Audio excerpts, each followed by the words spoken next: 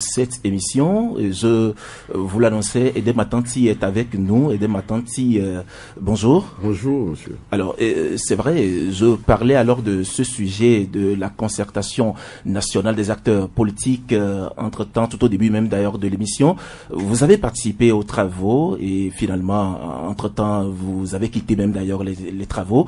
Mais toutefois, il y a des conclusions qui sont arrêtées alors dans cette ou à l'issue alors de cette concertation.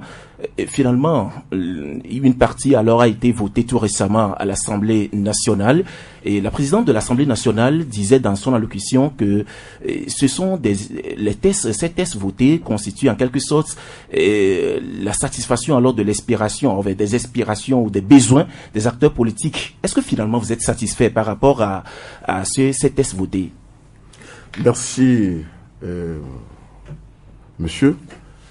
Non, au fait, merci de m'avoir donné la possibilité de réagir par rapport, dans un premier temps, aux conclusions de la CNAP et aux tests de loi qui ont été votés la dernière fois. Justement. Mais avant ça, avant de répondre à votre préoccupation, je voudrais faire quelques observations. Allez-y. La première, c'est que je suis déçu. Je suis déçu par le gouvernement. Parce qu'en allant là-bas, nous avons cru que le gouvernement a évolué de manière que notre dernière rencontre devait nous permettre, pour faire des réformes en matière électorale, pour du moins finir avec les problèmes du cadre électoral. Chaque fois, s'il vous plaît, nous revenons toujours au cadre électoral togolais, qui a des lacunes, qui, à plusieurs endroits, des dispositions sont dépassées, mais on tient à maintenir ces dispositions. Je vous donne un exemple. Je suis satisfait quand, par exemple, la dernière fois au Ghana, j'ai suivi les gens aller aux élections sans contester la loi électorale. Et au terme de ces élections, si vous vous souvenez, il y a entre la majorité et l'opposition, c'était très serré. Très serré. Jusqu'à ce que, pour la mise en place du bureau de l'Assemblée nationale au Ghana, c'était un candidat indépendant qui avait séparé les deux pour l'élection du président de l'Assemblée nationale. Et ça allait autour de 135-135. Cela veut dire que quand vous allez à une élection et que dans ces conditions, vous êtes battu, mais vous vous organisez pour la prochaine fois. Mais si, avant cela, les dirigeants prennent des dispositions de faute dans la loi électorale, avant même que vous allez compétir, il y a problème. Nous sommes en train de faire ça maintenant il y a plus de 30 ans. Nous revenons sur la même chose et ça se répète. On ne veut pas avancer. C'est là le drame. De quoi s'agit-il? Vous savez, la classe politique togolaise a opté pour une commission électorale nationale indépendante. En réalité, il y a trois types de commissions électorales, ce que nous appelons les organisations de gestion électorale. Il y en a trois types. Il y a le type politique. Qu'est-ce que j'allais dire? Il y a le type indépendant, il y a le type mixte et il y a le type gouvernemental. Le type gouvernemental, c'est le gouvernement qui l'organise de bout en bout. Et à la fin du scrutin, bon, ça s'arrête là. Le type mixte, c'est une partie est prise en compte par le gouvernement, une partie est prise en compte par une autre structure qui n'est pas du gouvernement. Ça peut sortir des partis politiques et autres là. Et il y a le type indépendant, c'est une commission électorale qui est totalement indépendant des comptes constitués et surtout du gouvernement par son ministère de l'administration territoriale. Et notre loi électorale l'a signifié à son article 4, alinéa 1, que la CENI du Togo est une commission électorale, est une autorité administrative indépendante. Mais je suis désolé, que la même loi qui dit que la CENI est une structure indépendante, déjà à partir de l'article 5, viole cette indépendance. On l'énonce à l'article 4 et déjà à l'article 5, à l'article 6 et l'article 9, on viole tout de suite la même loi dans la suite de là. Mais tout ça là, on le dit et les gens, ils ont compris, mais ils ne veulent jamais modifier cette histoire-là. Ça a des répercussions sur la suite. Ça a des répercussions sur la suite. Mais quand j'entends les gens dire, mais au Togo, on a besoin, par exemple, d'une CENI qu'ils appellent technique, oui. Mais au point de vue au niveau de la gouvernance électorale, on dit plutôt CENI non politique. Mais c'est pas de ça qu'il s'agit parce que la commission électorale indépendante est constituée de deux composantes. Il y a une composante qui est constituée des représentants des partis politiques qui jouent le rôle d'orientation politique de la CENI, de contrôle et de validation. Et il y a une autre composante qui s'occupe de l'organisation des élections proprement dites. Et cette partie-là, c'est ça qu'on appelle le secrétariat exécutif. La loi l'a prévu, mais elle n'a jamais été mise en œuvre. Si bien que la partie politique qui doit s'occuper du contrôle et de l'orientation abandonne son job de supervision, de contrôle, d'orientation et de validation pour aller s'occuper du rôle du secrétariat exécutif. Voilà. Or, le secrétariat exécutif doit recruter des experts, des techniciens qui doivent faire le travail de bout en bout en matière d'organisation électorale et soumettre les résultats à la partie de contrôle et d'orientation. Mais c'est le problème qui se pose. Mais maintenant, le gouvernement comprend et nous sommes là, nous répétons la même chose. Nous répétons la même chose. Regardez, on nous a dit qu'on a fait une rencontre de 6 mois. Oui. 6 mois. Il y a 2 organes au niveau de la CNAP. Il y a un organe qu'on appelle le comité d'appui et un autre organe qu'on appelle la plénière. Le comité d'appui s'est réuni 17 fois. La plénière s'est réunie 11 fois. C'est des réunions qui font en moyenne 2h30 à la fois. 2h30, en moyenne 2h30. On ajoute les deux, 17 plus 11, environ 35. Donc disons environ 35 jours de travail. Divisé par 2. Parce que si tu dois faire du bon boulot, les gens doivent travailler au moins 5 heures de temps par jour. Oui. Donc divisé par 2, donc disons, les gens travaillent pendant 14 jours. On dit 6 mois de travaux, mais ça, là, c'est une escroquerie intellectuelle. C'est une escroquerie intellectuelle. C'est pas possible qu'on continue par nous dire la même chose avec tout ce qu'on a subi. En 2017, les morts, tout ça là, on n'a jamais tiré le leçon et on veut continuer avec toujours on accepte officiellement la fraude électorale dans la loi électorale. Mais ça nous amène où là? Ça nous amène où là? Nous irons encore aux élections, les mêmes problèmes vont se répéter et on reviendra encore à la même chose. Mais on sera en train de parler de la politique sans parler du développement de ce pays. Mais c'est pas possible. Mais c'est de ça qu'il s'agit. Donc, il n'y a pas de dire qu'il y a une satisfaction. C'est pas possible. Donc, tout ce qui a été fait dans les conclusions ou avec les conclusions, vous ne trouvez pas satisfaction dans tout cela? Je vous donne un exemple. Sur les élections législatives. Il y a beaucoup de thèmes qui n'ont pas été abordés. Je vais vous dire ceci, par exemple, le découpage électoral. Le Grand Lomé doit avoir, vous allez faire le calcul, 23 députés. Mais aujourd'hui, on met combien de députés dans le Grand Lomé? 10 députés. Et on continue avec ça. On ne peut pas corriger. Ça veut dire qu'on fait en sorte que certains députés sont plus importants que d'autres députés. C'est pas bon. Moralement, ça blesse. Et c'est la même chose qu'on est en train de faire maintenant au niveau des élections régionales. Mais c'est pas possible. Mais justement, est-ce que ces régionales, le train de ces régionales n'est pas lancé déjà et que vous avez besoin alors de rentrer dans le train? Non, le problème n'est pas là. Le problème est-ce qu'on finit par normaliser notre situation en matière de cadre électoral ou bien on continue dans le désordre? On continue dans le désordre? Mais c'est ça qu'il s'agit. Michel a une question pour vous. Oui, monsieur Attanti. Oui. À vous suivre, vous étiez donc, vous avez pris part donc à ces discussions. Je pense que c'est à la dernière minute que vous avez quitté la table de discussion, est-ce que le sujet concernant le cadre électoral, est-ce que, quand vous étiez encore là, est-ce que l'AEC a eu le temps de se prononcer par rapport à ce sujet? Et quelle a été la réaction donc des autres participants? Merci. Vous savez, je suis un peu enrhumé.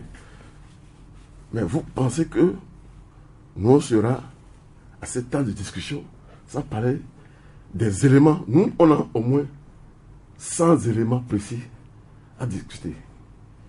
Dès le début, le ministre a dit, c'est le ministre qui a arrêté une liste de thèmes, de thématiques à discuter. Nous avons pris soin de lui poser la question et les autres thématiques. La réponse, quand on finira ce lot, on abordera un autre lot. On n'a jamais abordé un autre lot. Maintenant, par rapport à ce qui a été discuté, nous avons exposé, comme il fallait le faire, ce dont nous avons des récriminations. Moi, j'aime être honnête. Je sais qu'ils ont compris. Tout ce que nous avons exposé, ils ont compris parce que dans les échanges, même parmi des gens, au niveau de la majorité, même parmi les gens de l'opposition à l'Assemblée nationale, aujourd'hui, tout ce que nous disons est compris, mais dans la prise de décision, c'est autre chose. C'est là que le bas blesse. Ça dit que le problème fondamental, c'est le courage que le ministre, voire le gouvernement, doit avoir pour décider que désormais là, il faut qu'on se retrouve pour régler le problème du cadre électoral au Togo. Que nous puissions oublier que nous allons aux élections de manière, comment on appelle ça? Équitable. Mais si d'accord ne va pas régler, mais les problèmes qui sont encore là, mais ça va encore venir d'autres problèmes. Nous allons, on va continuer par revenir, cadre électoral, chaque année, chaque élection. Au lieu de vider ce problème pour qu'on pense au développement. Tant qu'on ne va pas régler le problème du cadre électoral, on ne va jamais avancer. Tiens, vous avez parlé tout à l'heure du PND. Où ensemble avec le PND? Où ensemble avec le PND dans ce pays-là? Je suis aussi togolais. Nous sommes tous togolais, nous qui sommes ici là.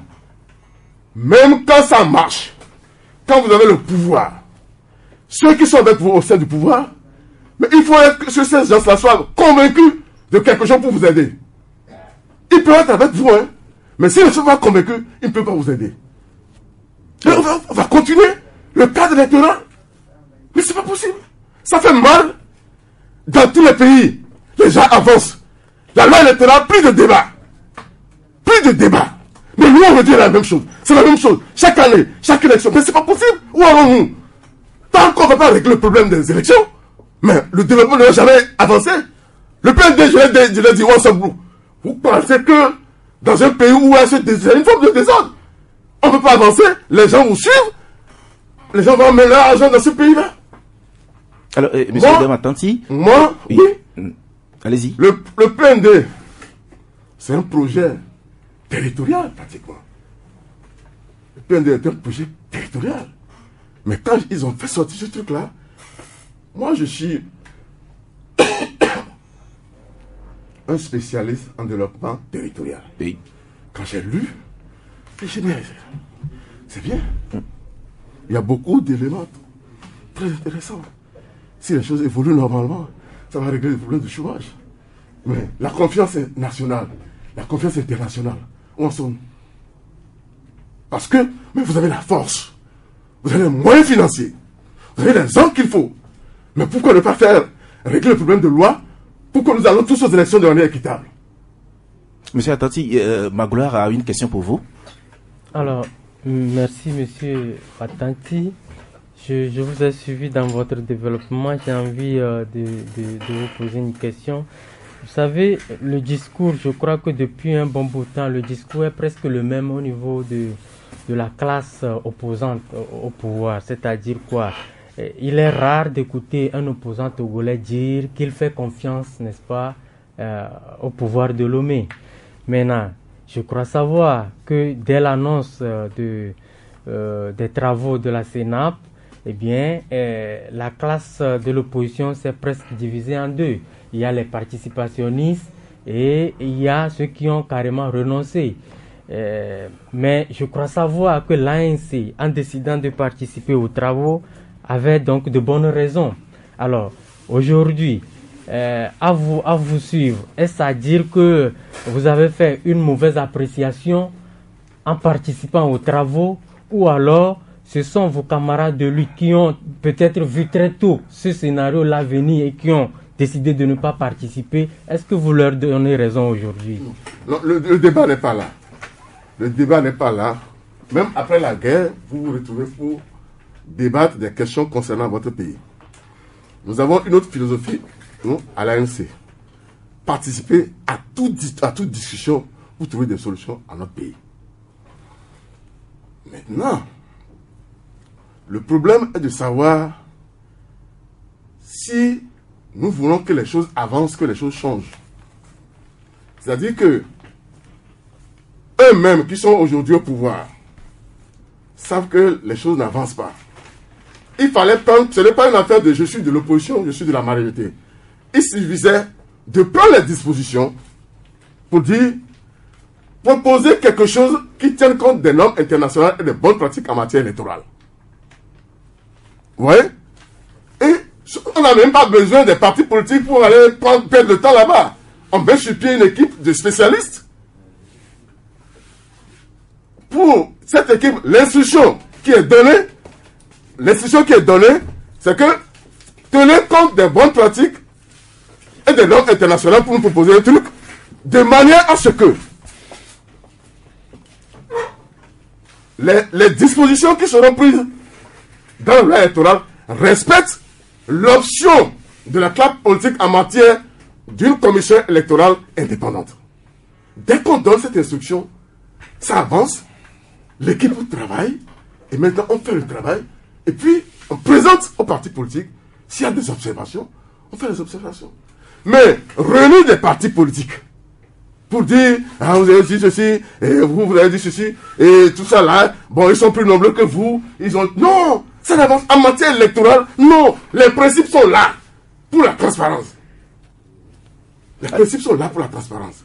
Alors, monsieur Atanti, telles que les choses se présentent aujourd'hui, ou telles que les choses sont, dites-nous, finalement, est-ce que vous irez au régional? On n'est pas encore à cette étape. On est à l'étape où le CNAP a fait sortir une conclusion. Nous avons réagi par rapport à cette conclusion. Le gouvernement n'en a pas tenu compte. Il a envoyé un projet de loi à l'Assemblée nationale qui a été voté. Alors nous on dit, mais on va où là? Mais on va où? Nous sommes conscients qu'ils sont aussi conscients, permettez-moi cette tautologie, de ce qui se passe. Mais on veut développer le pays. On veut avancer dans le développement. Et on est au statu quo. Ça, c'est le statu quo. Tant que le problème du cadre électoral ne s'est pas réglé au Togo, mais on ne va jamais bouger. On ne va jamais bouger. J'ai donné des exemples tout à l'heure au Ghana. Mais les gens sont allés aux élections. 135 députés, 135 députés. Opposition majorité. Il a fallu un député de la société civile qui les sépare pour faire élire le président de l'Assemblée nationale. Mais on est content. Même quand vous perdez dans ces conditions-là, vous préparez pour la prochaine élection. Mais quand regardez-moi ça, dans la loi, on prend le cas des magistrats. Le cas des magistrats pour diriger Escaliti, les CELI. Vous avez vu ce qui s'est passé dans ce pays en 2010-2015? Nous, on a surpris des magistrats en train de manipuler des résultats. On a surpris dans le CELI, nous on a surpris à la CENI en train de manipuler des résultats. Je ne dis pas tous les magistrats qui étaient à la CENI. Certains d'entre eux. Mais est-ce que ces magistrats ont jamais été sanctionnés? Est-ce que ces magistrats ont été jamais sanctionnés? Ensuite, vous savez, eux-mêmes, le président de la Cour suprême est en train de déballer, c'est un déballage. Et vous pensez qu'on peut avoir confiance à ces gens-là? Alors, monsieur Atanti, finalement, les lois sont votées. Et qu'est-ce que vous allez faire? Oui, on est en politique, on continue de débattre. Vous allez continuer en quoi faisant? Mais le parti politique a ses moyens. Ne reconnaît pas la Constitution. on va s'organiser en conséquence. C'est ça. Concrètement, qu'est-ce que vous allez faire? Vous connaissez la Constitution, je n'ai pas besoin d'aller dans les détails. Et l'homme? Moi, j'ai deux questions. Oui. D'abord, l'ANC aujourd'hui n'est pas le seul parti politique de l'opposition. Et on sait qu'à cette réunion, il y a eu des partis politiques de l'opposition qui ont aussi été invités. Et on est en matière de démocratie. Et on sait que la démocratie, c'est la loi de la majorité. Est-ce que vos autres collègues de l'opposition sont d'accord par rapport à cette loi? Première question. Oui, première question. Non, première question. Première question. D'accord. Deuxième question. On sait que dans ce pays, il y a la CEDEAO qui a fait une médiation sur deux choses. La Cour constitutionnelle et la CENI. C'est deux institutions qui véritablement ont fait l'objet de ces recommandations. Pourquoi au niveau de la CENAP, on n'a vu aucun parti politique de l'opposition relever les conclusions de la CEDEAO dans le cadre de la médiation récente? Aucun parti de l'opposition. Et à la conférence de presse de l'ANC, on n'a pas senti que vous avez fait un parallèle entre ces recommandations de la CEDEAO entre-temps à Lomé et ce que vous proposez. À quoi cela est-il dû? C'est bon? C'est bon. Pour la dernière question, c'est tellement vous avez mal suivi l'ANC. Sur les recommandations de la CEDEAO, je vous donne un exemple. La CEDEAO a préconisé 8 plus 8 plus 1 oui. pour la composition de la CENI. Mais c'est ce que nous disons depuis. C'est ce que nous disons depuis. On a dit que il y a eu déjà des problèmes. La CEDEAO a intervenu à faire des recommandations. Il faut l'observer. Et ils ont changé. Maintenant, quand vous dites que la loi de la majorité l'emporte, non. Ici, c'est les élections. Les élections, ce n'est pas une affaire de... C'est ça surtout que le pouvoir utilise. Ça, c'est une escroquerie intellectuelle. En matière électorale, il faut mettre dans la loi les dispositions permettant la transparence. Vous mettez les dispositions permettant la transparence. S'il y a quelque part dans la loi qui ne permet pas la transparence, c'est à ce moment le parti politique dit, ça là, c'est pas bien. Ça là, c'est pas bien. Et on doit corriger, trouver la formule qui permet l'établissement de la transparence. Donc je disais que, en matière électorale, ce n'est pas une affaire de la loi du plus fort. Ce n'est pas une affaire de que disent les autres partis politiques. D'abord, il faut connaître de quoi on parle. Parce que la gouvernance électorale aussi est une spécialité. Si on met le document devant vous, mais si vous ne vous connaissez pas, vous allez lire, revenir, vous n'allez rien comprendre. Donc vous dites aujourd'hui que les autres partis de l'opposition ne savent pas de quoi on parle. Je n'ai jamais dit ça. Et j'ai dit ici tout à l'heure qu'au CNAP, mais quand nous exposons, même parmi eux, ils comprennent, nous aboutissons à des conclusions, mais par la suite, le pouvoir dit non. Le pouvoir dit non, moi-même là. J'ai vu plusieurs fois. Les gens étaient d'accord à des propositions qu'on fait, mais le pouvoir dit non. Alors, monsieur Attanti, vous restez avec nous, puisque tout à l'heure, à partir de midi, les auditeurs vont réagir, et je sais quand même que les auditeurs auront des questions à vous poser. Alors, nous passons au sujet suivant. Alors, nous parlons de l'énergie, la centrale Kekeli, qui n'est toujours pas opérationnelle, parce que il y a le flambeau des démocrates qui nous rappelle ce matin que 7 mois après, la centrale Kekeli peine à tourner, et qui a osé amener le président Faure inaugurer du vent. Alors, Magoula, finalement, c'est du vent qu'on a inauguré? C'est l'impression qu'on a aujourd'hui dans la mesure où la centrale n'est pas opérationnelle. C'est-à-dire quoi? Voyez-vous, le Togo s'étant lancé, n'est-ce pas, dans une dynamique de politique d'électrification, n'hésite pas de faire appel, n'est-ce pas, à des partenaires au développement pour pouvoir l'accompagner dans ce sens.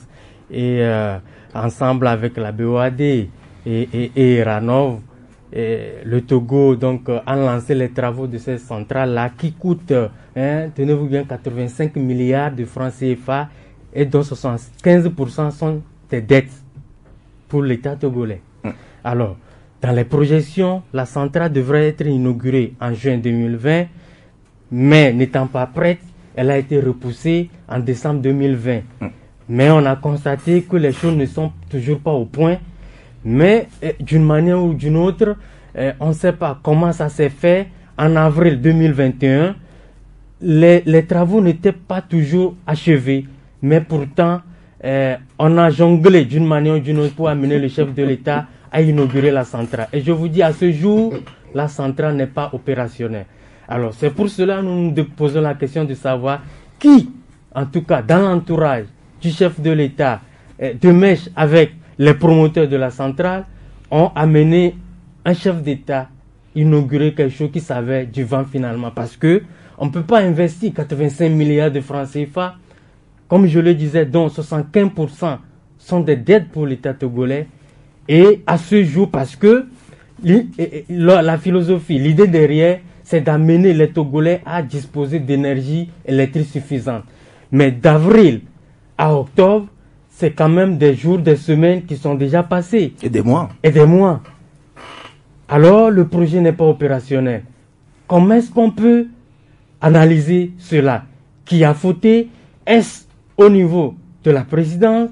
Est-ce au niveau des partenaires du Togo dans le cadre de ce projet? Nous nous posons la question de savoir. Mais c'est là encore notre invite, n'est-ce pas, aux gouvernants d'être si minutieux dans ces genres de projets. Quand on investit assez de sous dans un projet assez gigantesque comme cela, rien ne presse.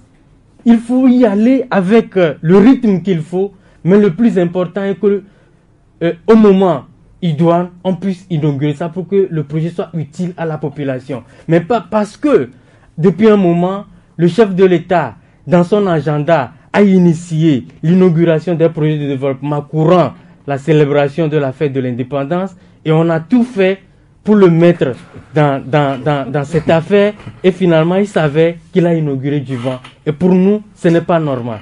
Merci beaucoup Magoula. Et l'homme, finalement, est-ce que ce n'est pas ce devoir du chef de l'État également de s'assurer d'abord alors de l'effectivité des choses, des infrastructures avant d'aller inaugurer ces infrastructures? Bon, moi je ne sais pas pourquoi la centrale Kekeli n'a pas encore commencé. Je rappelle que c'est une centrale qui devrait résoudre un certain nombre de problèmes en matière d'énergie électrique au Togo. Je ne dirais pas que le président de la République n'est pas au fait de ces infrastructures qui ne sont pas au point ou qui ne sont pas prêtes d'être inaugurées. Mais comme je l'ai dit, je n'ai pas tous les détails liés au fait que la centrale n'a pas encore véritablement commencé à tourner. Peut-être que c'est une question d'ajustement, mais il faut rappeler que également, dans le cadre de certains projets, il y a eu quand même des difficultés d'exécution. Maintenant, qu'est-ce qui se passe véritablement dans le dossier Kekeli Pawa? Parce que c'est le groupe Eranov qui a quand même qui a pris les devants dans le cadre de cette affaire, et c'est le groupe Eranov qui est amené ou a été le contrat a été négocié par un certain Chegoun Bakary, qui est conseiller président de la République Florian Simbe, qui est en partance d'ailleurs en fin d'année 2021, qui va ouvrir un fonds d'investissement. Donc en réalité, on va aller aux nouvelles pour savoir véritablement ce qui se passe dans ce dossier, puisque cette affaire a été inaugurée depuis bien des mois. Michel, finalement, l'inauguration a pris le pas sur l'opérationnalisation même d'ailleurs de la centrale. Mais c'est ça qui est étonnant. Moi-même, je suis surpris parce que nous avons à l'époque parlé donc de l'inauguration donc de cette centrale-là, et à l'époque, ce qui était contenu dans le cahier des charges, c'est qu'il y a des milliers de Togolais, de ménages, j'allais dire, qui devaient vraiment pousser nous de soulagement. 5 000 ménages. Voilà. Mais je suis surpris que jusqu'à ce jour-là, qu'on dise que donc que cette centrale n'est pas opérationnelle. Si c'est une question d'ajustement, cet ajustement prend trop de temps, parce que ce qui a été dit au lancement donc de cette centrale, c'est que c'est fini c'est fini le calvaire pour certaines populations. Voilà. Si jusqu'à ce jour on doit encore vraiment constater, déplorer que l'opérationnalisation pose problème, alors ce n'est pas de nature à rassurer les uns et les autres. Et donc l'interpellation donc de Front démocrate se trouve être justifiée. Merci beaucoup Michel. Et Pierre, finalement, qu'est-ce qui pourrait être à la cause, qu'est-ce qui pourrait être la cause même d'ailleurs de ça? Ouais, moi je pense que c'est difficile de le dire. Nous sommes dans un nouveau régime de gouvernance, c'est-à-dire gouverner autrement. Et je pense que ce nouveau paradigme qu'on nous propose doit être fondée sur un principe de rendre compte. Si on est obligé, si on est contraint de rendre compte, parce que c'est quand même l'argent public qui est dépensé. Et donc, si on commence un chantier, on inaugure un chantier qui n'est pas opérationnel, je pense que le chef de l'État, qui est le premier des Togolais, doit prendre ses responsabilités. Et parce que cette histoire d'énergie de Bekele, ce n'est pas la première chose. Et il y avait cette histoire de scanner qui était prêt et que le chef de l'État devait inaugurer à l'époque en 2010. Et finalement, à la dernière minute, c'est annulé. Il y a le plus récent, l'hôpital qu'on nous construit depuis un bon moment, et on nous a donné des délais de son opéralisation, mais jusqu'à présent, ce n'est pas encore effectif. Donc, je me pose la question de savoir, est-ce que les gouvernants sont liés par ce principe de rendre compte? Et si tel n'est pas le cas, alors ils vont gouverner comme ils l'attendent. Et je pense que parfois les projets qu'on inaugure, les projets qu'on nous vante ont des connotations politiques, se situent dans le cadre électoral. Ça fait que, on fait des choses sans bien les penser. Avant de le faire, on ne mesure pas l'ampleur économique et l'ampleur sociale de la chose, parce que quand même, ce sont des experts qui sont invités pour penser ces projets, et ces experts ont été payés sur le dos des citoyens togolais que nous sommes, que nous allons payer, rembourser après, et que on voit, on se retrouve dans le scénario. Il y a l'histoire de contrôle global aussi. Et voilà comment il y a la gouvernance au Togo, et je pense que la nouvelle dame qui est à la tête de ce gouvernement, avec un nouveau concept, gouverner autrement, et doit prendre la responsabilité, et pour faire plier. Et pour que les têtes tombent, il faut qu'on en arrive là. Et quand il y a un projet qui relève du ressort d'un ministère et que ça passe mal, il faut qu'on ait le courage de le dire et de convoquer le ministre. Et ça se passe ailleurs. Alors, pourquoi pas au Togo? Merci beaucoup, Claver. Et c'est vrai que nous parlons d'énergie. Énergie, c'est du développement. Et l'homme, à la une alors de votre journal ce matin, vous parlez également de développement. Et dans cette période de coronavirus, vous faites un peu le porte-parole alors du président du groupe de la Banque mondiale, David Malpass, et qui propose alors 4 pistes de sortie pour le développement surtout. Et quelles sont ces pistes? Oui, effectivement, vous savez que nous sommes dans une mauvaise passe. Aujourd'hui, quand vous analysez les agrégateurs, ou les agrégats plutôt, les indicateurs de croissance, vous vous rendez compte que les pays en général ont du mal à sortir la tête de l'eau avec la crise sanitaire. Vous avez en Afrique subsaharienne la croissance économique qui est au ralenti, le panier de la ménagère qui subit davantage les effets de la crise sanitaire. En réalité, le président du groupe de la Banque mondiale s'est rendu à Khartoum le 1er octobre dernier, c'était jeudi, où il a fait une déclaration vraiment salutaire pour que les pays du Sud puissent sortir de cette crise. Il a parlé d'abord de la stabilisation de la croissance économique. Il a parlé aussi de l'investissement dans l'humain. Il a dit par exemple qu'il faut aujourd'hui, avec la crise sanitaire, investir davantage dans l'humain, rendre le développement plus vert et plus durable pour l'humanité, la prospérité, et tirer meilleure partie de la révolution numérique. Aujourd'hui, avec la Covid-19, il faut accentuer les investissements dans l'économie numérique pour faciliter les moyens de paiement digitaux, etc., afin de véritablement tirer la croissance vers le haut. Donc, c'est les quelques pistes tracées par le président du groupe de la Banque mondiale qui, quand même, a développé son discours en l'appuyant d'arguments concrets, et afin que ça puisse avoir de l'étoffe auprès des chefs d'État de la sous-région et de l'Afrique. Merci beaucoup, Elom. Il est midi, pratiquement midi, donc nous allons faire place maintenant à nos annonceurs, et nous allons revenir pour donner l'opportunité à nos auditeurs qui vont réagir sur le 22 21 33 74 ou le 22 20 19 68. 93.5 Canal FM.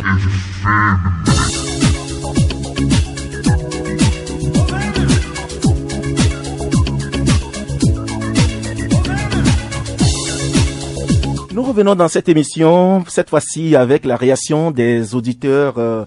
C'est le temps justement alors de recueillir la réaction des auditeurs. Nous avons parlé de beaucoup de sujets ce matin. Il y a Pandora Pépès, il y a Énergie, la centrale Kekeli qui n'est toujours pas fonctionnelle. Il y a également la réaction de l'ANC par rapport aux lois votées à l'Assemblée nationale tout récemment. Vous aurez fait le choix dans tous ces sujets pour la réaction. 22 21 33 114, un auditeur en ligne. Allô? Oui, allô? Oui, bonjour. Bonjour. Pélé. Oui, c'est? Pélé. Pélé, voilà. Allez-y. Je salue le plateau. Oui. Oui, je salue monsieur Attentif. J'ai écouté sa réaction. Bon, est-ce que je suis étonné ou bien je ne suis pas étonné? Je voudrais comprendre les garanties qui sont données à l'ANC au lendemain de ces élections de 2020. Rapidement, l'ANC est parti négocier avec le RPT. Je voudrais comprendre quelles sont les garanties, quels sont ces rapports de force. Mazé, en 2015, l'ANC avait, Jean-Pierre Fabre avait 35%, il avait le rapport de force. Aujourd'hui, il a 4%, il a ce petit pourcentage et rapidement, il est parti aller à cette négociation. Bon, deuxième côté, j'ai écouté hier la réaction de M. Francis Pedro, qui était un membre influent à la CENI en 2015, et y compris même M. Atati, qui est en train de dire que à la CENI, on truque les élections, mais surtout à l'intérieur du pays. Mais avec toute cette réaction de M. Francis Pedro et même M. Attanti, pourquoi l'ANC demande les preuves à la DMK, malgré qu'il sait qu'il y a du trucage à la CENI? Quelles sont les garanties? Merci beaucoup, Pélé. Oui. Oui, Pélé, je pense que nous avons compris tes deux questions. Allô? Allô? S'il vous plaît. Bonjour. Oui, bonjour. C'est Zoukeni à l'appareil. C'est... Monsieur? Zoukeni à l'appareil. Dites-nous. Zoukenine. Allez-y, s'il vous plaît. C'est par rapport aux interventions de M. Attanti. Oui. Donc, la première question. Est-ce que M. Attanti peut nous donner des explications plausibles à la population togolaise en ce qui concerne le fait qu'ils aient préparé avec des condiments, du piment, du sel, du cube, de l'oignon, et quand la population prend ce plat et fait la diarrhée, est-ce que ceux qui ont contribué à la préparation de ce plat sont responsables de long ou de près? C'est une allégorie. Oui, justement, est-ce que vous pouvez être encore plus clair? Ah, c'est l'allégorie, monsieur Attanti comprend. Bon, pour la population du Bas-Fond, monsieur Attanti, vous avez assisté à 6 mois de négociations et de travaux au niveau de la concertation. Je pense qu'il est bon de moi et les Togolais en sont témoins que c'est au dernier jour, à la veille, que vous avez quitté la concertation. Allô? Il est parti? 22 21 33 114, 22 21 33 114, 22 20 19 68. Appelez-nous. Allô? 22 21 33 114, 22 20 19 68, 91 36 63 75, 98 87 78 37, 4 numéros qui sont à votre disposition pour vos réactions dans cette émission. Allô? Allô? Oui, bonjour. Oui, bonjour monsieur. Oui, s'il vous plaît, c'est qui? Allô? Oui, allô, c'est qui? Oui, c'est Natema. Natema. Oui. Allez-y, s'il vous plaît. Je voudrais parler du cadre électoral. Oui, allez-y. Et moi, je vous ai toujours dit que, tel que le monsieur de l'ANC vient de dire là, je vous assure, on va toujours tourner comme ça en rond, ça ne donnera rien. Mais quand on prend les OPS par exemple, on les recrute, ils donnent le résultat qui sort de leur recensement, non?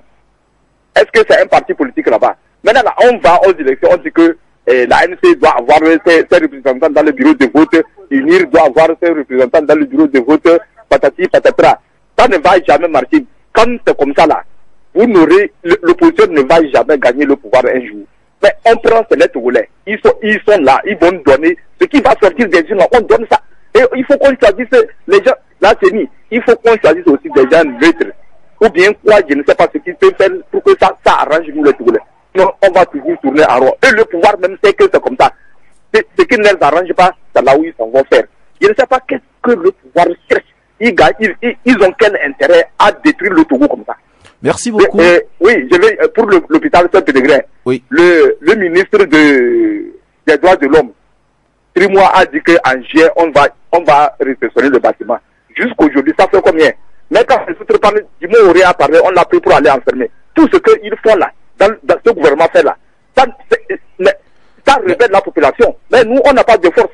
Ils ont les armes, ils ont tout. Ils tuent les gens. S'ils sortent pour manifester, on va se tuer.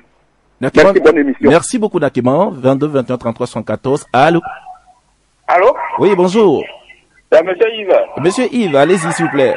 Oui, j'ai bien, hein. Oui. Au niveau de la Sénap là. Oui. La loi sur les manifestations là, l'opposition ne voit pas que c'est un piège. Après les 18 heures là, l'avion peut utiliser la main pour aller arrêter les gens de la maison. Ouais, bonne journée. Merci beaucoup, Yves. Allô? Bonjour. Oui, bonjour. Commis, à l'appareil, allez-y. Première question, oui. C'est de savoir, demander M. Attanti, à quel prix la guerre entre l'opposition va se terminer? Parce que j'ai écouté encore avant-hier leur président qui demandait à un membre influent de la DMK de lui demander des pardons. Et si cela se faisait, quel quota de popularité ça pourra leur amener? Et seconde préoccupation, oui. C'est par rapport au projet d'État. Moi, à mon humble avis, je pense que beaucoup de choses sont politisées. Une fois la politique politicienne est venue dans ces projets, ça ne marchera pas.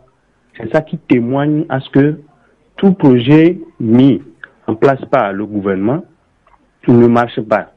Je donne un exemple, les 2 sociétés qu'ils ont mis en place au niveau de GTA là. Oui. J'ai fait un tour là-dessus, les choses ne fonctionnent pas parce que on est précipité à faire la politique politicienne que de servir le peuple. Donc à ce niveau aussi, il faudrait que le gouvernement puisse se réveiller, sinon le reste c'est du leurre. Merci. Merci beaucoup, Komi. Je pense que pour la deuxième partie, c'est plutôt alors des observations. Allô? Oui, allô? Oui, bonjour. Bonjour, c'est M. Kofi. Monsieur Kofi, allez-y. Et ma première préoccupation, c'est par rapport à l'ANSI. Oui, allez-y. Lorsqu'ils allaient au CONAP là, ils s'attendaient à quoi? C'était juste pour enterrer la DMK ou quoi? Mais pour la deuxième préoccupation, c'est au niveau du chef de l'État. Je me demande si le chef d'État est si facile à manipulation, bien c'est quoi? Comment on peut amener le chef d'État à une des projets qui ne se réalise jamais? On se souvient du train de la Blue Zone là. Il y a les scanners, on a parlé même d'un voyage qui devait nous rapporter un chemin de fer, la ligne Lomé-Saint-Gassé, et rien de tout ça ne se concrétise. C'est juste pour endormir le peuple, bien voir, on ne comprend plus rien. Monsieur Kofi, merci beaucoup. Allô? Oui, allô. Oui, bonjour. Oui, bonjour, c'est Monsieur Edem Dadido Gomé. Edem Dadido Gomé, allez-y. Oui, j'aimerais poser deux questions à Monsieur Atati. Oui, allez-y. La première, c'est que l'ANC demande aujourd'hui que la DNK lui demande pardon. Vu tout ce qu'ils viennent d'étaler comme manquement au niveau de la CENI, dans cette niveau même ils étaient, et ils ont toujours participé à des élections dans ce pays, avec tous ces lacunes. Aujourd'hui, ils ne demandent pas pardon au peuple. Ils ne voient pas que c'est assez grave que de participer encore à des élections avec les mêmes tests, et ils ne viennent pas demander pardon au peuple, et ils demandent à des individus de leur demander pardon aujourd'hui. Ils sont partis dans ce Sénat et dans les discussions sans aucun préalable. Or qu'il y a des prisonniers politiques qui sont là. Ne serait-ce qu'ils pouvaient demander à ce que, comme condition, que les prisonniers politiques soient libérés. Ils l'ont pas fait. Les parents des gens sont en train de couper en prison. Aujourd'hui, ils nous disent quoi? Edem? Oui. Oui, rapidement, la deuxième question. La deuxième question, ça va pas à lui, mais il y a un temps sur les médias, on avait crié par rapport à que les gens dégagent à la plage, qu'il y avait des travaux qui devaient être faits au niveau de la baie. Oui. Aujourd'hui, avec la Covid, toute la plage est dégagée, mais depuis, on n'entend plus parler de ces travaux. Moi, je suis parti au Bénin. J'ai vu la plage, les mêmes travaux que la Banque mondiale a financés, qui doivent être au Togo, sont déjà faits au Bénin. Oui. La mer n'avance plus. Mais au Togo, la page est dégagée, mais on fait semblant d'oublier ce projet-là. Merci beaucoup. Merci beaucoup, Edem. Je pense que Edem est le dernier auditeur que nous allons recevoir dans cette émission aujourd'hui. Alors, merci beaucoup à vous et qui nous avez appelé. Alors, nous revenons en studio. Monsieur Edem Atanti, la plupart des questions vous sont adressées. Alors, vous allez réagir rapidement alors sur ces questions. Merci. L'ANC des garanties auprès du RPT UNIR. Oui. Moi, je suis désolé. Oui, allez-y. Moi, je suis désolé. On peut parler d'autres partis, mais jamais de l'ANC. On peut parler d'autres partis, mais jamais de l'ANC. Nous avons prouvé dans ce pays ce que nous sommes, comme parti politique de l'opposition. Et si on doit citer des partis de l'opposition qui se sont battus, qui ont combattu la dictature dans ce pays, on ne peut ne pas citer l'ANC. Parmi les militants de l'ANC, on trouve des morts. Parmi les militants de l'ANC, on trouve des prisonniers. Nous avons de leçons à recevoir de personne. À moins que les gens se trompent. Donc, nous n'avons pas eu de quoi que ce soit avec le RPT UNIR.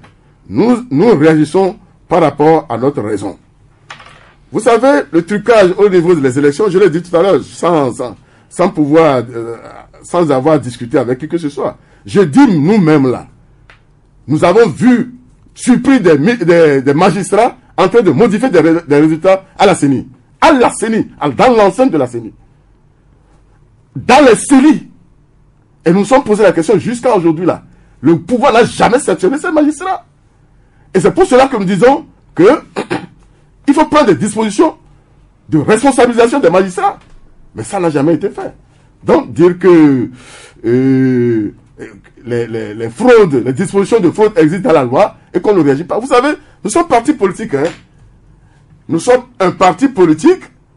Nous disons les choses telles qu'il faut l'expliquer, mais la responsabilité finale revient au pouvoir en place pour corriger le tir.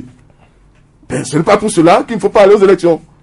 Mais quand on pense aussi que nous sommes allés au CNAP pour la DMK, pour faire disparaître la DMK, nous on s'en fout de la DMK.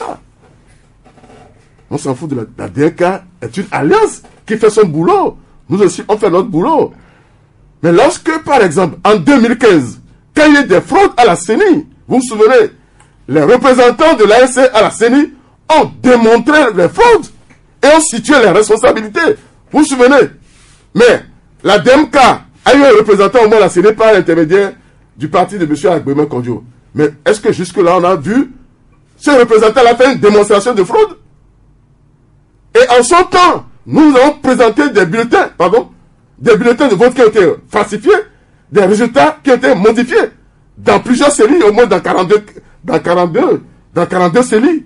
On a fait les démonstrations, mais jusque-là, aucune démonstration n'a été faite pour nous convaincre de manière à soutenir. On ne peut pas soutenir dans le vide. Nous sommes des hommes, nous sommes des responsables. Lorsque vous voulez soutenir et que la communauté internationale vous appelle, mais vous soutenez ça là, expliquez-nous comment les choses sont passées. Alors on n'a rien sur le doigt. On n'a rien sur le doigt, s'il vous plaît. Nous sommes Togolais, nous sommes partis politiques, nous faisons notre travail. On ne travaille pas dans le vide. Et que nous avons dit ceci, que nous, à l'ANC, nous faisons notre travail dans la vérité. Nous combattons le RPT uni pour la fraude, pour le mensonge, pour les assassinats. Si un parti politique de l'opposition veut évoluer dans ce sens, dans le mensonge, dans les duperies, nous allons le combattre. Alors, monsieur Atanti, oui. Il y a beaucoup d'auditeurs qui sont revenus alors sur le conflit qui existe entre vous, opposition aujourd'hui. Alors, finalement, il y a des gens qui se posent la question de savoir à quand la fin même d'ailleurs de ces conflits. Ben, en fait, est-ce qu'il y a conflit en tant que tel? Certes, les gens se sont mal comportés. On s'est tué pendant au moins 8 mois sans réagir.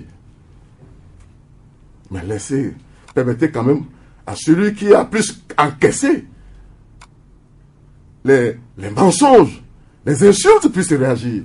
Mais, vous savez, lorsque vous êtes des frères, et que tu ne m'obéis pas, même pas une question d'obéissance, le respect? Donc, tu poses un acte qui m'embête, et que je te demande que tu dois t'excuser, c'est parce que je t'aime. Si je ne t'aime pas, je ne le dirai pas. Je me tais et puis j'avance. Il faut mieux comprendre la chose dans ce sens-là. Merci beaucoup, Monsieur Edem Atanti. Alors, rapidement, la réaction des confrères alors sur la réaction également des auditeurs. Magoula? Non, au fait, ce que moi je voudrais dire, c'est que moi je me réjouis aujourd'hui, c'est vrai. Ça va peut-être surprendre beaucoup de gens, mais moi j'ai ma propre lecture, ma propre conviction de tout ce qui est comme débat autour de la CENI. C'est-à-dire quoi? Et comme il a si bien décrit, ce n'est pas nouveau en fait, les conflits autour de la question de la composition même de la CENI. Mais je vous assure, il y a même un auditeur qui est revenu là-dessus. Tant qu'on s'inscrira dans cette dynamique de CENI politique, comprenez que les gens se déchirent proprement même sur le sujet. Parce que là, on vous parlera des intérêts des partis. Voyez-vous? C'est pour ça que moi je l'ai toujours dit, que au lieu que à chaque fois on réunisse les acteurs politiques pour parler de la composition de la CENI, la formule elle est déjà là, majorité parlementaire, extra-parlementaire, on dit 1, 2, 3, c'est des trucs chiffrés. Et ça, c'est ce qui met ça crée, n'est-ce pas, cette tension apparente entre les acteurs, parce que chacun ne voulait pas, personne ne veut que l'autre puisse le supplanter en termes de chiffres. C'est pour ça que je dis, ok, moi je l'ai toujours soutenu que les acteurs politiques doivent toujours se retrouver pour parler de la vie politique de leur pays. C'est un peu, moi je vais chuter, c'est un peu ce courage-là qui manque à nos acteurs, surtout de l'opposition, parce que ils sont ce que j'appelle, ils ont peur, n'est-ce pas, du procès de l'opinion. C'est-à-dire si monsieur Atanti de l'ANC se retrouve avec monsieur Trimois, par exemple, de UNI, il a peur que les militants de l'ANC puissent le juger parce qu'ils ne sont pas du même bord politique, alors que ça ne devrait pas être ça. Et vice-versa. Voilà. Et c'est vice-versa d'ailleurs. Et on doit dépasser cette étape.